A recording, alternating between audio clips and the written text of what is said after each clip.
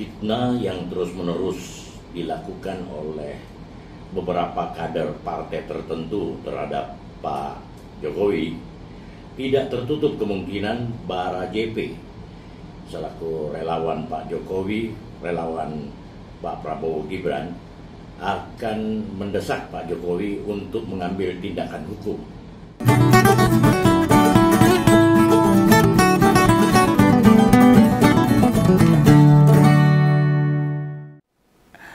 Om Begawan ngeliat ini dan merasakan ketegangan Jokowi melawan PDIP itu makin hari makin tajam, setajam silet. Yang jelas ini, ketika merespon pernyataan Bang Deddy Sitorus, petinggi PDIP itu, yang menyebut mantan presiden itu kirim utusan agar dia tak dipecat, dibantah habis-habisan sama Jokowi. Dan kelihatan sekali emosinya itu memuncak, bulat-bulat.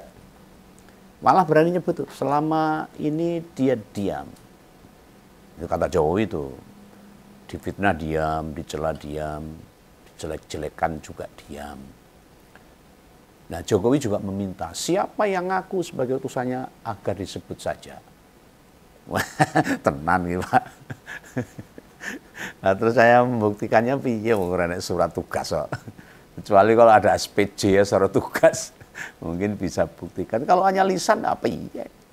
Nah, tentu bagi sebuah partai besar, pemenang pemilu 3 kali berturut-turut hat-trick, gak sembarangan melakukan penegakan hukum internal partai. Pasti hati-hati. Memecat seorang kader, apalagi yang pernah jadi presiden, itu bukan semudah membuang sampah. Apa goreng tempe, enggak. Ada pertimbangan matang.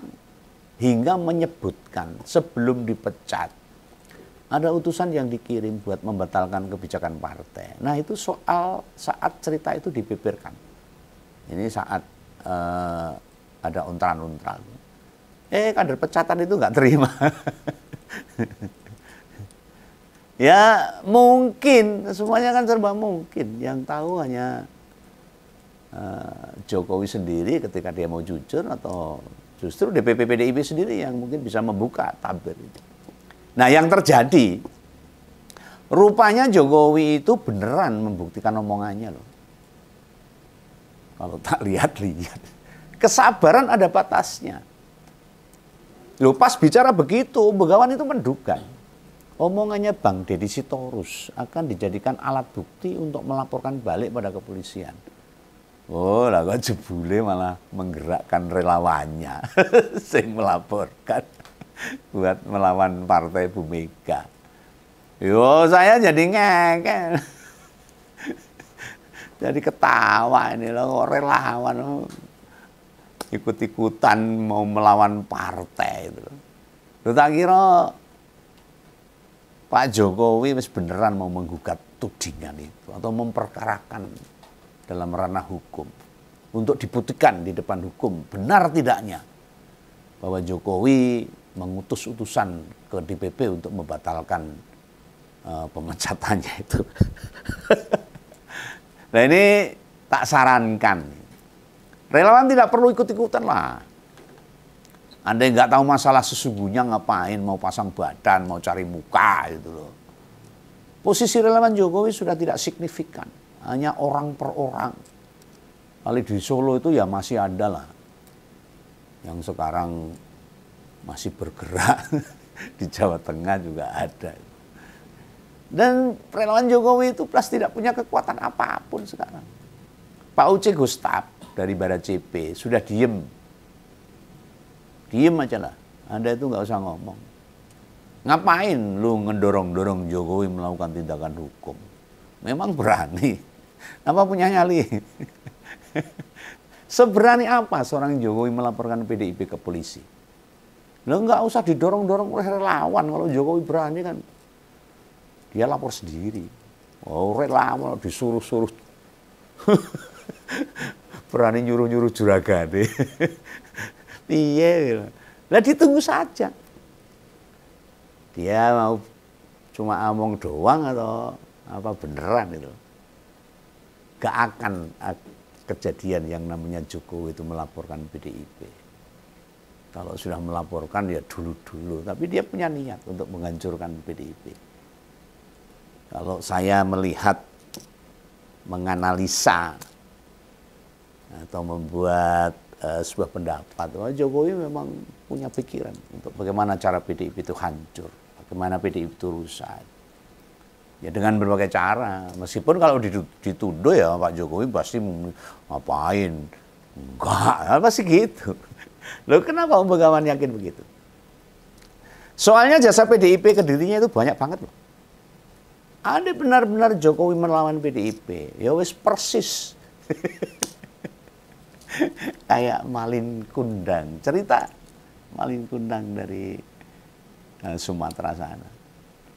Orang yang tidak pernah mau mengakui bagaimana seorang ibu telah memberikan kehidupan pada anaknya. Dia lupa pada ibu yang melahirkan. Dia lupa pada ibu yang telah membesarkan. Dan dia dikutuk oleh alam. Nah ini gitu ya Pak Oce. Anda tenang saja, diam aja lah. Mau nyari apa lagi? Gak usah rebutan atau berharap dapat posisi seperti Pak Budiari sama Bang Noel. Bentaran lagi lah, keduanya juga segera dicopot. Diresapel, ditukar orang. Ini kan baru 5 bulan, kinerjanya juga enggak signifikan. Enggak ada apa-apanya tuh buat rakyat tuh jadi menteri, entek-entek gaji tok itu. Masyarakat menunggu kinerja para menteri Prabowo ini, yang katanya sampai sekarang belum digaji. Tenane itu. Oh iya itu si Projo itu. Ada Freddy Damani ikut-ikutan ngasih komentar ini, tak komentari gantian ini. Yang nadanya malah mengancam PDIP, sampai berani nyebut. Bila terus diganggu, bukan tak mungkin Jokowi bakal hancurkan PDIP. Emangnya belum mau menghancurkan PDIP, baru akan. Udah, Bung. Bukan baru akan. Beneran tuh ancaman Freddy gitu. Ini saya sampaikan kepada kader-kader PDIP. Bung Freddy dengar sendiri loh. Pak Jokowi itu sesumbar gitu. Buktikan saja. Gak usah banyak omon-omon. Ingat loh ya, apa yang elit Projo sampaikan ini sudah beneran bentuk intimidasi. Menekan gaya-gaya orde baru. Partai politik, apalagi sekelas partainya Bu Mega, itu bukan partai abal-abal. 3 pemilu selalu menang, orde baru diruntuhkan. Seperti apa orde baru dengan kekuatan 32 tahun Pak Soeharto memimpin, diruntuhkan sampai PDIP. Apalagi cuma relawan sekelas Anda. Ya kok bisa. Nah, ini Om Begawan tantang aja supaya hal ini segera dibuktikan. Ini malah penasaran orang-orang yang sok berkuasa di Indonesia ini. Apa terus kalau diancam begitu, PDIP jadi melemah, takut, terus melunak? Ya enggak lah. Om Begawan malah penasaran tuh. Itu omongannya Freddy atau meneruskan yang disampaikan Pak Jokowi. Ini perkara serius loh, tidak main-main loh. Didengarkan oleh kader-kader PDIP seluruh Indonesia loh. PDIP pemenang, jangan salah. Dan ada 14 gubernur dan 2049 kepala daerah di tingkat kota dan kabupaten. Nah buat kader-kader dan simpatisan Banteng, nih ada orang-orang yang berkuar-kuar tuh mau menghancurkan partai kalian ini. Apa kalian mau diem? Tidak mengkonsolidasikan diri untuk mensolidkan partai Anda melawan perusak-perusak demokrasi seperti ini. Lu meski sepanas apapun, tolong jangan bertindak sendiri. Awas nih ada penyusup nih, ada provokasi. Dan tidak boleh lakukan tindakan kekerasan apapun. Jangan seperti yang dulu-dulu. Semua harus sesuai aturan. Lu masukkan saja buat jajaran PDIP. Apa yang disampaikan sama petinggi Projo itu, laporan ke penegak hukum saja. Kasuskan di kepolisian bahwa dia telah mengancam akan merusak, menghancurkan PDIP. Ini bentuk ancaman, bentuk intimidasi. Kita buktikan siapa yang sudah melebihi batas. Main ancam mengancam begitu. Ingat loh, organ relawan itu tidak diakui di klausul manapun. Relawan nggak ada. Payung hukumnya nggak ada. Tidak disebutkan dalam undang-undang apapun, utamanya perkara politik. Organ relawan diakui dalam kerja-kerja sosial aja. Kayak bencana, ngirim bantuan, dan sejenisnya. Di undang-undang politik sama sekali tidak ada pengakuan organ relawan. Tim sukses itu hanya katut-katut ketok mengintili aja. Nih para relawan Jokowi ini, ngerti soal sistem pemerintahan nggak sih? Wah, asal bicara, emang lu siapa itu? Gini loh, sebagai bekas kepala negara, Pak Jokowi ini juga kader partai, setidaknya 20 tahun terakhir ini menjadi kader PDIP. Tentu nek beneran omongannya Bung Deddy ngawur, tidak ada buktinya, ya tinggal laporkan ke polisi tuh. Itu bentuk fitnah misalnya. Itu jauh lebih fair supaya Kang Deddy, bukan Deddy Mulyadi loh, Deddy Sitorus, bisa membuktikan bahwa yang dia omongkan itu benar. Nah, ini sekaligus ngajari rakyat dalam menyelesaikan masalah apapun, termasuk masalah hukum. Harus dengan langkah hukum yang benar. Gak ada tuh dalam sejarahnya buat menegakkan aturan kok nyuruh orang lain. Lu para pembelanya buat mengintimidasi dan membuka fakta, apalagi ngirim-ngirim preman. Orang gentle ya, itu. Ini bukan menyamakan relawan sama preman, ya ora saya itu. Tapi kalau dengan cara-cara mengintimidasi itu apa kalau enggak namanya preman, bukan relawan. Tapi di berbagai kehidupan kita, minimal orang yang disuruh-suruh. Wes kayak apa dulu, orang yang mau disuruh-suruh itu kayak apa sih bentuknya? Itu kan kayak debt collector aja, tukang tagih. Loh, semestinya para relawan itu tidak asal membela toh. Relawan itu ya aja bodoh-bodoh banget. Ini begawan loh, bayar relawan. Harus cerdas cara berpikirnya. Pak Jokowi, mereka itu suruh dengerin atau baca apa yang disampaikan PDIP soal Jokowi. Ingat loh, komentar Bung Deddy Sitorus itu bukan asal ngomong, bukan asal jeplak, bukan becak tanpa pir, asal jeplak tapi tidak dipikir, enggak. Apa kita mau melupakan, tidak menganggap, bahkan mengabaikan. Bila tahun 2004, 2010, 2012, 2014, dan 2019, selama 5 kali proses pemilihan di semua jenjang, Jokowi berjuang sendiri 5 kali loh itu. Tidak sekali, 2 kali, 5 kali didukung oleh PDIP. Kurang apa? Belum yang 2020 di Solo dan Medan. Kan itu bonus tuh untuk anak dan menantunya. Apa iya sebagai wali kota jadi gubernur hingga presiden 2 periode PDIP gak ngapa-ngapain? Pakai otak. Atau hanya menunggu bagaimana Jokowi bekerja sendiri, lantas menang terus di semua proses pemilihan.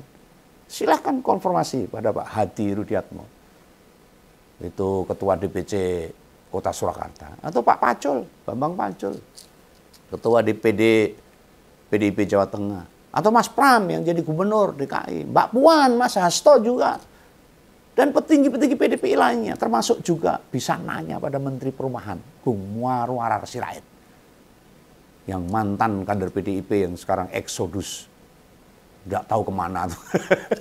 Loh, apa PDIP tidak pernah bekerja keras untuk memenangkan Jokowi? Sangat keras. Semua dibelain untuk kemenangan Jokowi dari tingkat wali kota sampai presiden. Kurang apa? Itu relawan-relawan itu hanya ikut-ikutan aja, melu-melu tok. Melu mulya kalau bahasa Jawanya. Mau sok-sokan mau melawan PDIP. Lah semua orang se-Indonesia, pembegawan saya kira tahulah. Partai Demokrasi Indonesia Perjuangan sudah bekerja keras untuk itu semuanya. Demi satu keluarga, keluarganya Jokowi. Nah sekarang yang perlu kita pertanyakan, beneran pernyataan Bung Deddy Sitorus soal ada utusan Jokowi datang ke DPP, meminta agar Jokowi tidak dipecat, itu cerita dusta atau tidak? Jika bohong, kan yang rugi ya DPP PDIP sendiri.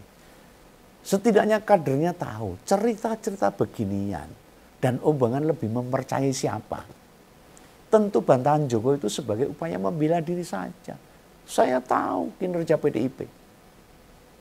Saya tahu dan saya selalu mengikuti apa yang dilakukan PDIP dalam bernegara untuk mempertahankan demokrasi ini. Dia pakai etika, pakai adab. Soalnya gini loh, Anda yang dilakukan oleh Jokowi meninggalkan PDIP, itu tindakan yang benar, mengapa orang-orang dekatnya hampir tidak setia bersama dia? Termasuk Begawan. Coba kita lihat, siapa saja bekas orang dekat Jokowi. Ada Pak Ahok. Siapa tidak tahu siapa Ahok? Semua orang tahu kredibilitas dia, kejujuran dia. ada Pak Andi Wijayanto, ada Pak Teten Mas Duki. Itu masih setia pada PDIP itu. Dan sekarang sudah lepas dari Jokowi. Oke lah, sekarang Begawan tunjukkan orang-orang yang independen, yang dulu membela Jokowi. Sekarang marah mengkritisi Jokowi. Dulu relawannya yang setia membela Jokowi. Itu ada Profesor Renald Kasali, ada Profesor Arya Hadi Darmawan, sampai Profesor Nadir Hussein, Profesor Mailani, Profesor Harkristuti, dan para guru besar, kampus-kampus besar di seluruh Indonesia. Beliau itu pengajar di Universitas Beken, akademisi, para elit-elit di kampus mereka, profesional, termasuk di Australia juga. Gak ada tuh ngebela tindakan serta dukungan yang Jokowi lakukan ke Prabowo Gibran. Artinya masyarakat harus paham siapa yang harus dipercaya. Kita nggak percaya sama orang-orang setingkat profesor yang kita tahu mereka sangat jujur, berkredibilitas. Masih ada tuh akademisi yang dulu di pemerintahan, kayak Profesor Ikrar Nusa Bakti, Profesor Andrinov Caniaku, Profesor Mahfud MD. Ngerti sendiri kan, tahu paham kan, sikap mereka sekarang bagaimana. Begawan hanya ingin menunjukkan supaya masyarakat paham. Dulu waktu di pemerintahan beneran total membantu. Loh sekarang balik mengkritisi itu artinya ada yang tidak benar yang dilakukan oleh Jokowi. Ingat loh, mengkritisi. Masa sekelas profesor kok mencela? Nggak mungkin. Atau menjelek-jelekan apalagi memfitnah? Nggak mungkin. Mengkritisi itu berarti ada sesuatu yang tidak beres, yang belok yang dilakukan oleh Jokowi. Jadi yang disampaikan mantan presiden itu sengaja dicampur antara pernyataan Pak Deddy Sitorus sama status-status medsos orang kebanyakan. Ya, para penjilat dan para pemujanya. Gak ada ceritanya tuh PDIP mau fitnah atau menjelek-jelekan atau menghina. Nek tindakannya nggak bener ya dikritisi untuk membangun, bukan dicela. Loh ini memang keahliannya Pak Jokowi ya. Tahu bagaimana caranya membela dirinya sendiri. Mengadu-adu antara sikap partai dengan pihak-pihak yang masih terus mengkritiknya. Nah ini wahai para relawan-relawan Jokowi, mengapa hingga kini kami semua masih terus-terusan membawa dan nyinggol-nyinggol Jokowi? Ya soalnya warisan kebobrokan kepemimpinan sekarang salah satunya karena andil Jokowi. 10 tahun dia memimpin. Mengapa pas Jokowi terpilih Pak B tidak disenggol-senggol lagi? Atau periode pertama Pak Y Bu Mega gak dibawa-bawa? Soalnya terpilihnya Pak BY bukan efek Bu Mega. Serta terpilihnya Pak Jokowi bukan efek Pak BY. Bedanya mas sekarang. Prabowo kepilih karena efeknya Jokowi. Akibat cawe-cawenya Jokowi. Akhirnya masyarakat paham. Coba saja yang terpilih Pilpres kemarin Pak Anies atau Pak Ganjar. Jokowi udah berhenti bicara, dibicarakan orang. Udah hilang itu. Urusannya wes berbeda. Urusan Jokowi bila ada kasus-kasus atau kebijakan zaman dia memimpin, terbongkar semua. Diungkap habis-habisan. Nah ini baru dia keseret lagi. Konkret saja. Ya. Udah diam aja tuh relawan. Gak usah ikut-ikutan. Saya jadi teringat nih sama ungkapan Budiari. Kalau kita kalah, kita semua akan masuk penjara semua.